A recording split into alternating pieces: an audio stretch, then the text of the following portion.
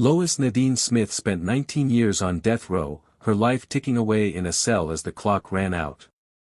To understand how she ended up there, facing the ultimate punishment, we need to rewind to the beginning, a story of a woman shaped by her past, driven to a brutal crime that shocked a nation. Before we dive in, please take a moment to like and subscribe to be part of our growing community. Lois Nadean Smith was born in 1940 in Oklahoma, a state of wide plains and small, tight-knit communities. Little is documented about her early years, but what we know paints a picture of a hardscrabble life in rural Oklahoma, likely in or near Sequoyah County, where she would later commit her infamous crime. Growing up in the mid-20th century, Lois was part of a working-class family, likely surrounded by the economic struggles common in rural America during that era. Oklahoma's economy leaned heavily on agriculture and oil, but for many families, stability was elusive. There's no clear record of her parents' occupations or her family's financial status, but the region's modest means suggest a childhood marked by limited resources, where making ends meet was a constant challenge. By her own account in a 1991 prison interview, she carried herself with a sense of pride, insisting she was still a lady despite her circumstances. This hints at a personality shaped early on, one that valued respect and perhaps bristled at being underestimated. There's no documented evidence of abuse or neglect in her childhood, but the lack of specific records about her upbringing suggests a life that didn't draw much attention until it took a dark turn. She likely attended local schools, though no records confirm her education level or academic performance. In a small town, where everyone knew each other, Lois earned the nickname Mean Nadine during her high school years, a moniker that stuck and later haunted her in the press. This nickname suggests a reputation for being tough, maybe even confrontational, hinting at a personality that didn't shy away from conflict. As a young woman, Lois married and had children, including her son, Greg Smith, who would later play a central role in her crime. Her marriage to Greg's father ended in divorce, and by the time of the murder in 1982, she was living a life intertwined with her son's troubles. There's no record of juvenile delinquency or early criminal behavior from Lois herself, but her fierce loyalty to her son suggests a protective streak that may have grown out of a turbulent family dynamic. Raising Greg in a small town, possibly as a single mother after her divorce, likely brought its own pressures. By the time Lois was in her 40s, her life seemed to revolve around her son and his circle. Greg's involvement in drug dealing and his volatile relationship with his ex-girlfriend, Cindy Baillie, pulled Lois into a world of rumors, betrayal, and violence. Her nickname, Mean Nadine, earned in her youth, resurfaced in court documents and media reports, painting her as a woman whose temper and protectiveness could turn deadly. But what pushed this small-town mother, once just another face in Oklahoma's rural landscape, to commit a crime so brutal it would land her on death row? The answer lies in the choices she made when her loyalty to her son collided with a moment of rage, a moment that would change everything. Cynthia Lucille, Cindy Baillie was a 21-year-old woman with her whole life ahead of her when it was tragically cut short on July 4, 1982, in Sequoyah County, Oklahoma. Born around 1961, Cindy grew up in the small-town atmosphere of Tahlequah, a place known for its Cherokee heritage and tight-knit community. While specific details about her childhood are scarce, Cindy was a young mother with a 4-year-old daughter, Brandy Fields, who became a voice for her mother's memory after her death. Cindy's life revolved around her daughter, and though she was young, she carried the responsibilities of parenthood with a quiet determination. Friends and family remembered her as a vibrant woman, someone who brought light to those around her despite the challenges she faced as a single mother in a small town. Cindy's connection to Lois Nadean Smith came through her relationship with Lois's son, James Gregory, Greg Smith. Cindy and Greg had dated. By July 1982, their relationship had ended, but the breakup was far from amicable. Court records and news reports indicate that rumors swirled around Cindy, painting her as a threat to Greg's life. It was said she had made comments about wanting to have Greg killed, possibly tied to his involvement in drug dealing, though Cindy denied these accusations when confronted. These rumors, whether true or not, set the stage for a deadly encounter. On the morning of July 4, 1982, in Sequoyah County, Oklahoma, a tragic and brutal crime unfolded that would leave a young woman dead and a community shaken. The victim, 21-year-old Cynthia Lucille Cindy Baillie, was picked up by Lois and another woman, Teresa Baker, also known as Teresa DeMoss, at a motel in Tahlequah. The day started like any other, but it quickly spiraled into a nightmare driven by suspicion and rage. Lois, then 42, believed Cindy had threatened to have her son Greg killed or report his drug-dealing activities to the police. Consumed by a fierce desire to protect her son, Lois's actions that day were fueled by a mix of maternal loyalty and uncontrolled anger, possibly intensified by alcohol and drugs, as her defense later claimed. The group drove away from the motel in a car, with Lois at the center of the confrontation. As they traveled toward Gans, a small community southeast of Sallisaw, Lois accused Cindy of plotting against Greg. Cindy denied the rumors, insisting she had no intention of harming him or turning him in. But Lois didn't believe her. In the car, the situation escalated rapidly. Lois, gripping a knife she found in Cindy's purse, choked Cindy and stabbed her in the throat. The attack was sudden and violent, leaving Cindy wounded and terrified as the car continued toward their destination, the home of Lois's ex-husband, Jim Smith, in Gans. When they arrived at the house, Jim Smith and his wife, Robin, were present, though Robin left shortly after. What happened next was a chilling escalation. Inside the house, Lois taunted Cindy, who was already injured from the stabbing. Holding a pistol, Lois mocked her, telling her repeatedly that she was going to die. Cindy, weakened and pleading, was helpless as Lois fired the gun. She shot Cindy 9 times, 5 bullets struck her chest, 2 hit her head, and 1 pierced her back. At one point, as Cindy lay on the floor, Lois handed the gun to Greg to reload. While he did, Lois laughed and jumped on Cindy's neck, an act of cruelty that stood out in witness accounts. Once the gun was reloaded, Lois fired 4 more shots into Cindy's chest and 2 into the back of her head, ensuring she would not survive. The brutality of the act, stabbing, shooting, and stomping, reflected a deep rage, rooted in Lois's belief that Cindy was a threat to her son. The investigation into Cindy Baillie's murder began swiftly after her body was discovered on July 4, 1982. Court records and news reports don't specify how authorities were first alerted, but the crime's brutality, evidenced by Cindy's blood-stained dress and the multiple bullet wounds, likely drew immediate attention. The Sequoyah County Sheriff's Department took charge, focusing on the crime scene at Jim Smith's home in Gans. Key evidence included the physical state of Cindy's body, which showed 9 gunshot wounds and a stab wound to the throat.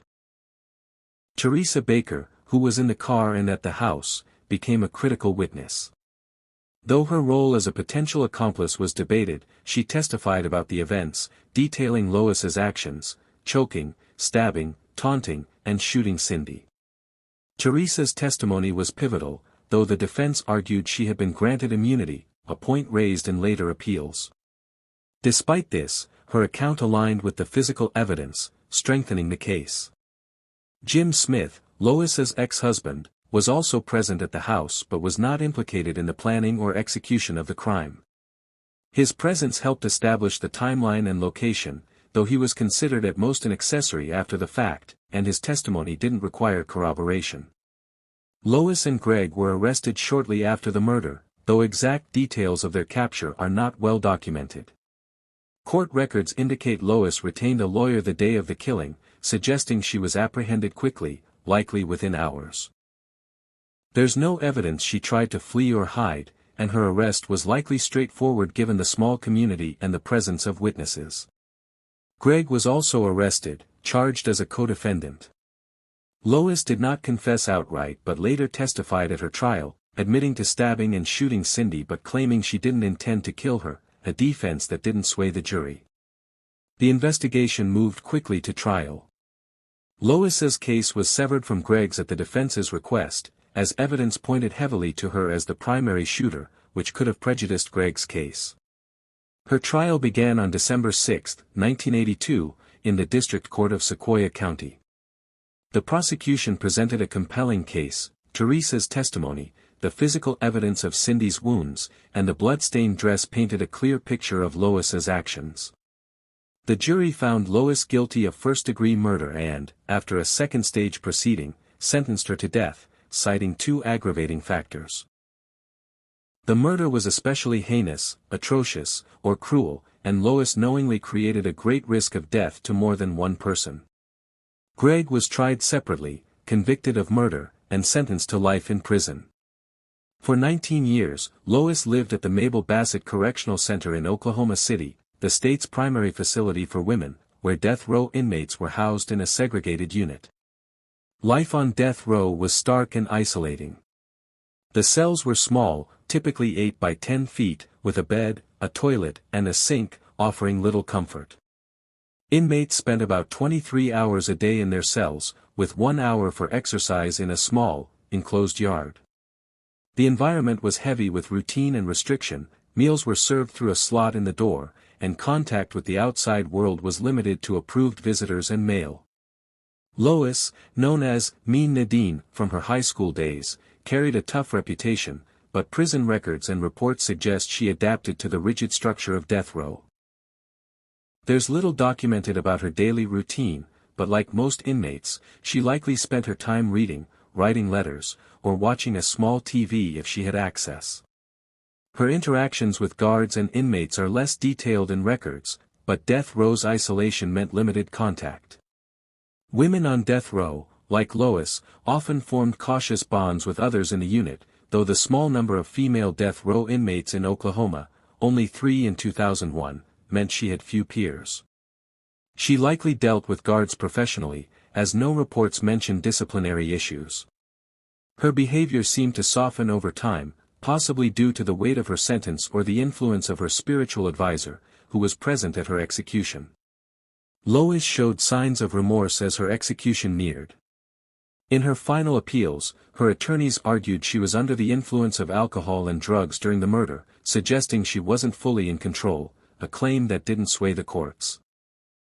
She pursued multiple appeals, including a 2000 habeas corpus petition, arguing her lawyer had a conflict of interest by representing both her and her son, Greg, and that a prosecution witness overstated his blood spatter expertise. The 10th Circuit Court rejected these claims, affirming her conviction and sentence. Lois also sought clemency from the Oklahoma Pardon and Parole Board, with her attorney submitting letters highlighting her good deeds in prison, but the board denied her request in 2001. Religion played a significant role in her later years. By the time of her execution, Lois had embraced Christianity, a transformation she leaned into during her final moments. Her spiritual advisor, one of the few allowed to visit regularly, likely guided her through this period. On December 4, 2001, Lois Nadean Smith, now 61 and the last woman on Oklahoma's death row, faced her final day. She woke early in her cell at Mabel Bassett Correctional Center before being transferred to the Oklahoma State Penitentiary in McAlester for the execution. The morning was likely spent in quiet preparation, with limited activity beyond the standard prison routine. She may have met with her spiritual advisor to pray or reflect, and her attorneys, who had fought until the last moment, likely visited to offer support. Records don't specify other visitors, but her children, including Greg, who was serving a life sentence, were not noted as present. Lois sent her love to them in her final statement, suggesting she spent part of the day thinking of family. For her last meal, Lois requested a specific but modest spread: barbecued ribs, onion rings, strawberry banana jello, and cherry limeade. This choice, detailed in reports, reflected a taste for familiar, comforting foods, perhaps a nod to her Oklahoma roots. As the day progressed, the mood grew somber. At the penitentiary, Lois was moved to a holding cell near the execution chamber, where she could meet with her spiritual advisor and attorneys one last time. 8 women protesting her execution were arrested outside Mabel Bassett that evening for crossing a police line, a reminder of the public attention her case drew. At around 9 p.m., Lois was led into the execution chamber. Strapped to a gurney, she faced a small group of witnesses, including Cindy Baillie's daughter, Brandy Fields, now 24, who watched with her husband, a sister, and a family friend. 4 of Lois's attorneys and her spiritual advisor were also present. Before the lethal injection began, Lois spoke her last words, her voice steady but heavy with emotion. To the families, I want to say I'm sorry for the pain and loss I've caused you. I ask that you forgive me. You must forgive to be forgiven. She thanked her attorneys, sent love to her children, and quoted scripture, to live is Christ, to die is gain. Thank you, Jesus. Her words reflected her turn to faith and a desire for reconciliation, though Brandy Fields, sobbing, later said forgiveness would be hard and that the apology didn't bring her mother back.